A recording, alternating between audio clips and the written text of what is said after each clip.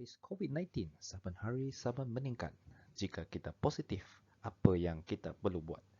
Kuarantin di rumah atau di hospital? Selamat petang semua, saya pengawal perubatan dari klinik kesihatan. Saya ingin berkongsi gambaran sikit tentang kriteria-kriteria yang kita guna untuk membuat keputusan.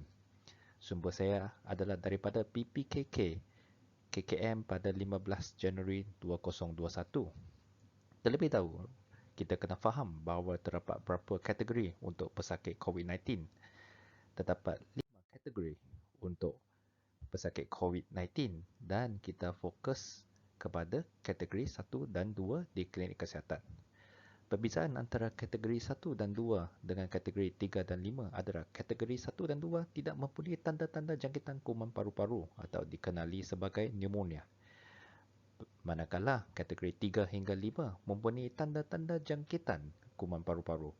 Perbezaan ini penting disebabkan kategori 1 dan 2 yang ringan akan dirawat di rumah, manakala kategori yang lain akan dirawat di PKRC, pusat kuarantin atau seperti di MAP sedang atau di hospital. Kumpulan pesakit COVID yang mana satu boleh dirawat di rumah yang dibahagikan kepada 4 bahagian. Orang dewasa, orang budak-budak atau dikenali sebagai pediatrik, kebolehan mematuhi SOP dan mempunyai suasana rumah yang bersesuaian. Untuk dewasa yang berumur 60 tahun dan ke bawah dan mempunyai kategori 1 dan 2, kategori 2 mau atau dikenali ringan boleh dirawat di rumah. Manakala untuk pesakit yang 61 tahun dan ke atas perlu diterujuk ke hospital.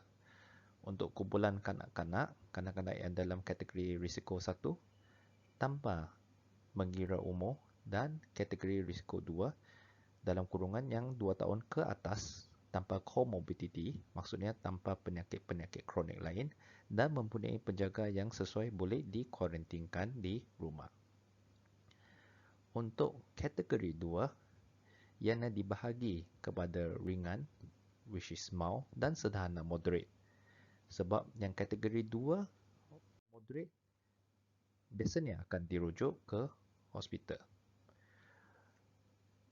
Untuk orang dewasa yang kategori mild, yang ringan, ciri-cirinya adalah batuk, sesama, sakit tekak, tanpa demam, tanpa sesak nafas. Pesakit akan rasa hilang deria hidu dan deria rasa tetapi masih boleh makan dan minum. Pesakit mungkin akan rasa loya, muntah dan ciri-biri tetapi tidak lebih dari 2 kali dalam 24 jam. Pesakit akan rasa lemah dan sakit badan tetapi masih boleh buat kerja seperti mandi, kemas bilik, jalan pergi ke tandas tanpa pertolongan. Untuk kategori 2 moderate, biasanya pesakit akan present dengan keadaan yang lebih tenat. Demam yang berpanjangan dan tidak turun walaupun dengan ubat Panadol, batuk, muntah ciri-biri yang berlebihan dan teruk. Lemah badan yang terlampau sampai susah nak bangun dari katil atau susah nak buat yang kerja-kerja yang biasa dibuat. Asyik baring sahaja dan perlu pertolongan untuk jalan. Contohnya, duduk di wheelchair. Terdapat makan minum, kencing yang sangat sedikit. Sebagai contohnya mungkin kencing 1 kali pagi dan petang 1 kali berbanding dengan hari-hari biasa. Saya bagi sebagai contoh, Encik Ali, seorang 60 lelaki yang dewasa yang berumur 61 tahun, ada masalah kencing manis yang tidak terkawal dan penyakit paru-paru disebabkan merokok. Beliau mempunyai ciri-ciri COVID yang stage 2, which is sederhana. Encik Ali perlu dirujuk kepada hospital sebab risiko yang tinggi dan ciri-ciri sakit yang teruk. Untuk bab kedua, saya akan cerita tentang kanak-kanak dan penyediaan rumah yang sesuai.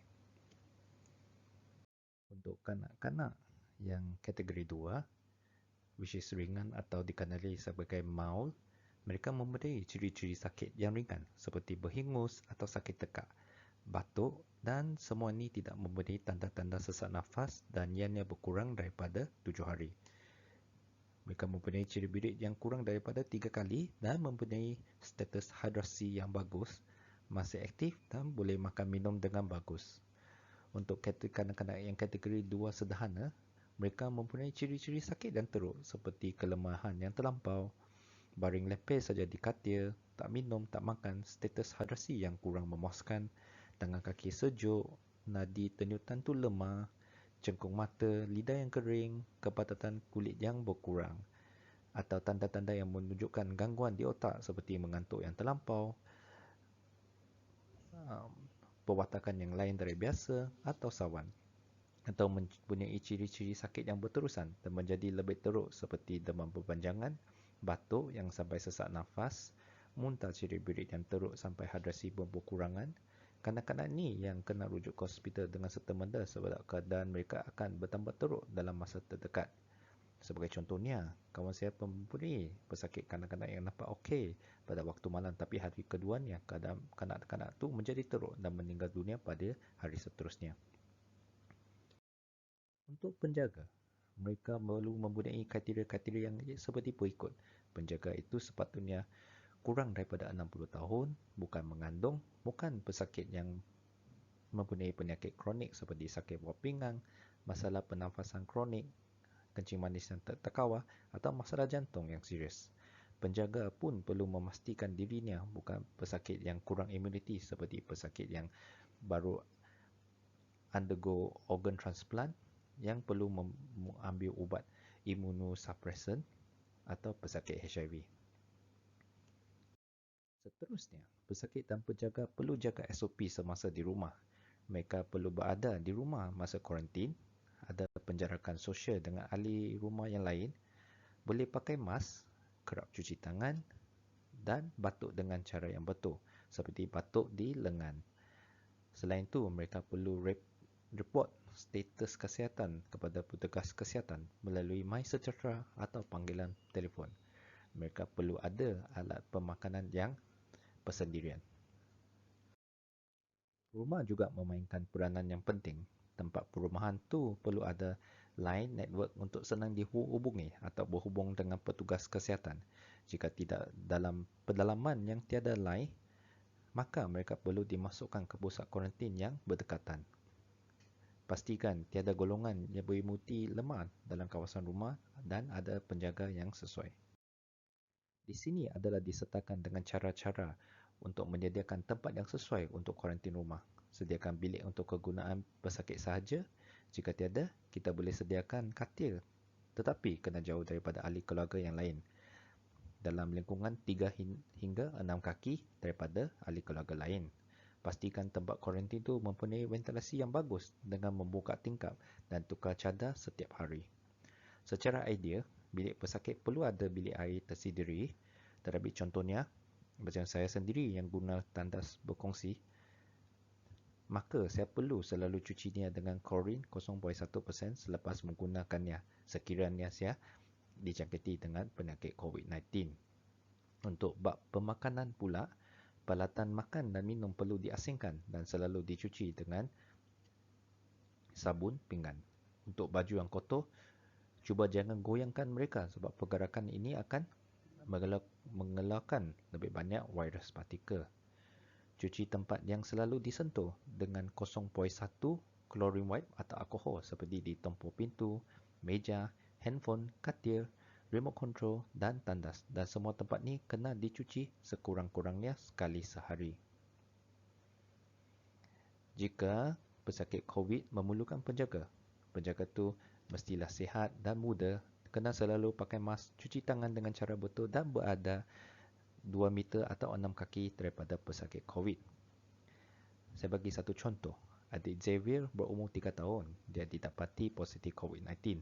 Adik Xavier mempunyai simptom yang ringan untuk 3 hari. Which is stage 2 ringan. Dan dia mempunyai penjaga iaitu mak dia yang sihat dan tidak mengandung.